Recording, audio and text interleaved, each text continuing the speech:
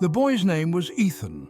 His heritage blended seamlessly within him, with skin of warm, light brown, dark, inquisitive eyes, and a mess of tight curls.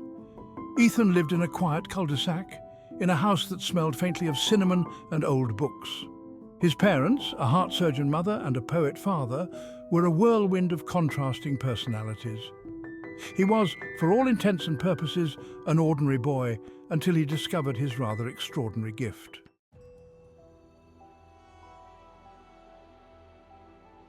It began subtly, almost imperceptibly. A slight tingling in his fingertips whenever he sat on the ground, a faint tremor beneath his palms as he weeded his mother's beloved rose bushes. At first he dismissed it as nothing more than an overactive imagination, but the sensation persisted, growing stronger with each passing day. During a game of tag, Ethan felt a distinct wriggling sensation beneath him. He lifted his hand, expecting to see an earthworm or perhaps a particularly adventurous beetle. What he saw instead made his breath catch in his throat. A single fat earthworm was emerging from the ground, drawn to him. Ethan recoiled, scrambling to his feet, realizing he had discovered his gift.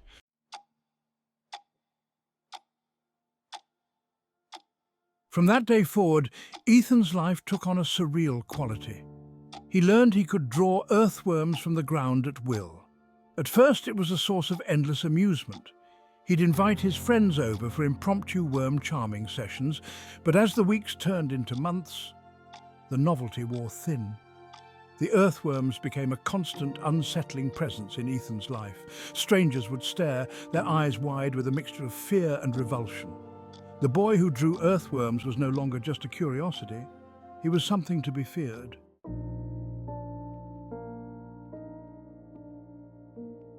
The burden of Ethan's peculiar gift was a heavy one.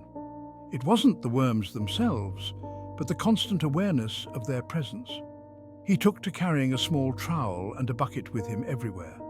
Ethan's once carefree existence had become a carefully choreographed dance. He felt like a puppet master whose strings had become hopelessly tangled.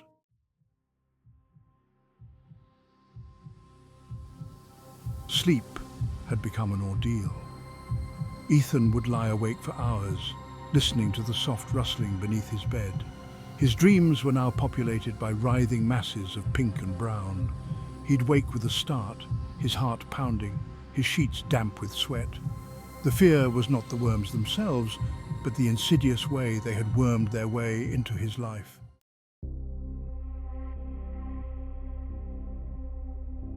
The playground had become a minefield of awkward silences and sidelong glances. Ethan's presence now elicited a mixture of curiosity and revulsion from his peers. Worm Boy, they called him behind cupped hands. Ethan learned to anticipate the stares and the sudden silences. He retreated further into himself, seeking solace in books and the quiet solitude of his own company. He found comfort in the unwavering loyalty of his dog, Buster.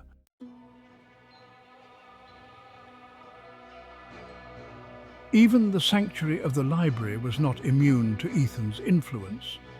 Mrs. Henderson, the librarian, had always held a soft spot for Ethan. But even her patience was tested by Ethan's peculiar affliction. The worms would emerge from the floorboards, from the potted plants, even from the spines of the books. Mrs. Henderson tried everything she could think of, but the worms always found him.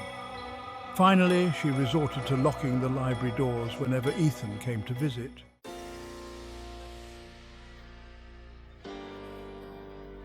The annual school play was a big deal in Ethan's small town. This year's production was A Midsummer Night's Dream. Ethan, despite his growing reputation, had landed a coveted role in the play. He was to play Puck, the mischievous fairy spirit. Mrs. Henderson, who also happened to be the school drama teacher, had fought tooth and nail to cast him.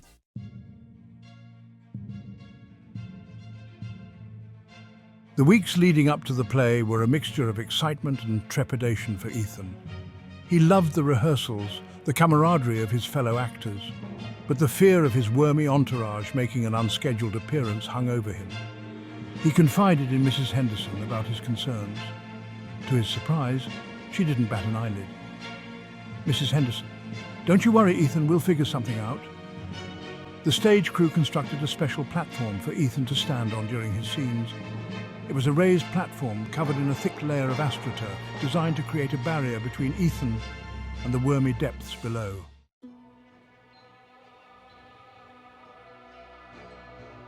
The night of the play arrived. The auditorium was packed, every seat filled with expectant parents and community members. The lights dimmed, the curtains rose, and the play began. Ethan delivered his lines with aplomb, his voice clear and strong, but fate had other plans. Suddenly, the astroturf began to bulge and heave, and with a sickening crunch it gave way.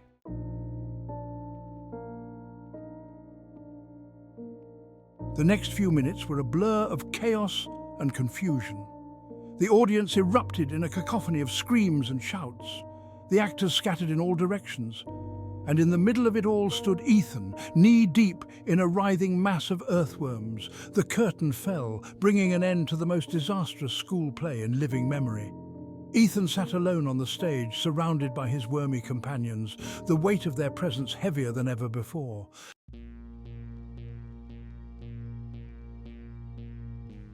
The disastrous play had cemented Ethan's reputation as an outcast. Whispers followed him like shadows. Even his parents couldn't quite hide their concern. Ethan retreated further into himself, finding solace in his room. He spent hours observing the worms, fascinated by their simple, relentless existence.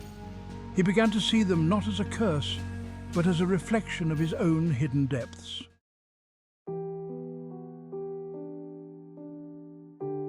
One evening, a thought struck Ethan with the force of revelation.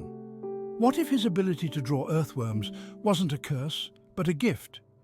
He thought about the earthworms' crucial role in maintaining the ecosystem.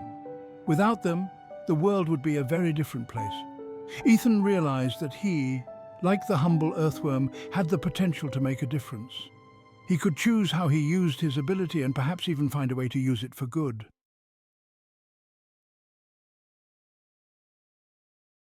Ethan sought out old man McGillicuddy, the town's resident gardening guru. McGillicuddy listened intently as Ethan poured out his heart. "Lad, the earth speaks to you. Don't fear the whispers. Embrace them."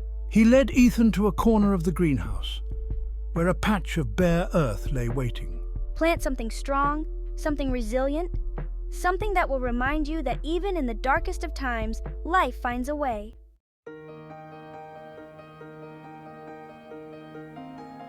Ethan planted the seeds, his hands working instinctively. He watered them, nurtured them, and watched as they sprouted. As the seedlings grew, so too did Ethan's confidence. He realized that his ability to draw earthworms wasn't a burden, but a symbol of his connection to the natural world. He was a gardener, a nurturer, a bringer of life, and he was just getting started.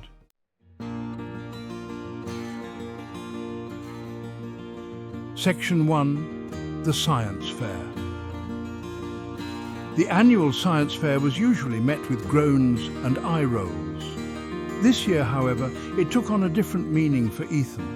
It wasn't just an opportunity to build a baking soda volcano. It was his chance to redefine himself, to showcase his unique ability. He designed an experiment to demonstrate the power of earthworms in composting. He meticulously documented the process, comparing plant growth in enriched soil with regular soil. Ethan stood beside his display, a trifold board plastered with charts and photographs, a testament to his dedication and newfound purpose, eager to share his discoveries with the world.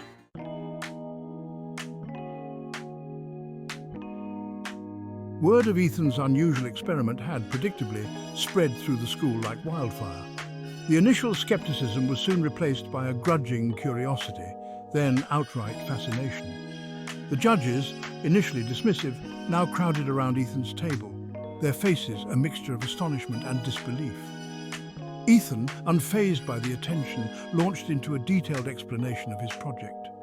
He spoke with a quiet confidence that belied his age, his passion for his subject shining through his words.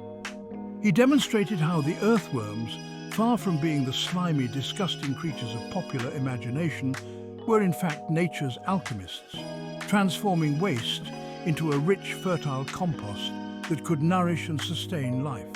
To further illustrate his point, Ethan brought out his secret weapon, a large clear container filled with a mixture of shredded newspaper, fruit peels, and coffee grounds. With a flourish, he plunged his hands into the container, retrieving a writhing mass of earthworms, much to the horror and delight of the onlookers.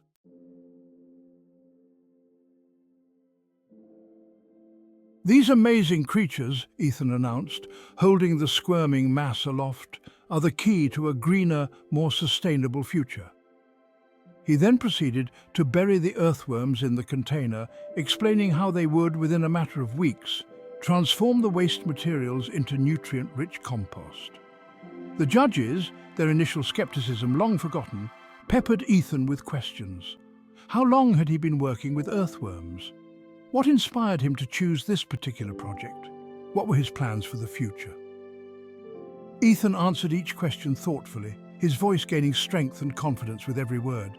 He spoke of his journey, of his initial fear and confusion, of his gradual understanding and acceptance of his unique gift. He explained how the earthworms had taught him not only about the interconnectedness of all living things, but also about the power of embracing one's differences, no matter how strange or unsettling they may seem.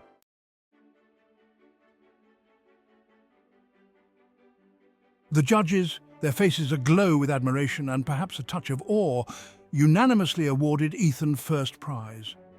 As Ethan stood on the stage, clutching his trophy, something shifted within him. He was no longer the boy who drew earthworms. He was Ethan, the scientist, the advocate, the voice for the voiceless creatures who played such a vital role in the balance of nature. The applause washed over him, a sound of validation, of acceptance, of belonging.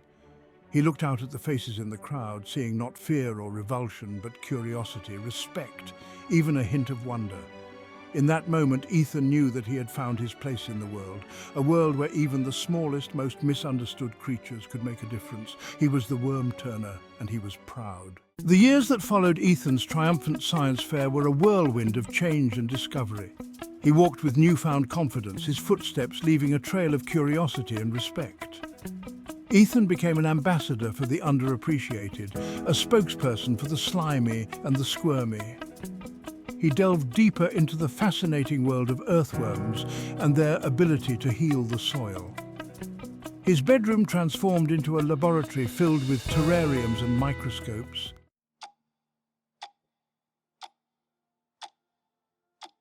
But it wasn't just the scientific aspect of his gift that captivated Ethan.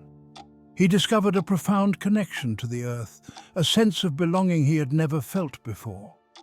He would spend hours in the garden, his bare feet planted firmly in the soil, listening to the earth's soft hum, feeling its pulse beneath his fingertips. He no longer saw the earthworms as separate from himself, but as an extension of his own being, a manifestation of the interconnectedness of all living things. He felt their presence not just beneath his feet, but all around him in the rustling of leaves, the chirping of crickets, the gentle patter of rain on the roof.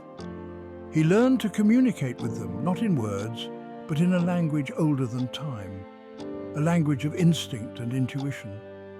He could sense their needs, their anxieties, their quiet, ceaseless work beneath the surface of the world. And they, in turn, seemed to recognize him as a kindred spirit, a guardian of their subterranean realm. As Ethan grew older, he realized his purpose extended beyond his backyard. He shared his knowledge, giving presentations at schools and community centers. He spoke about soil health, the dangers of pesticides, and the act of composting. He started a business selling worm castings and composting kits. His products flew off the shelves. He wrote a humorous, insightful guide to composting, which became a bestseller. Ethan's message resonated with people from all walks of life.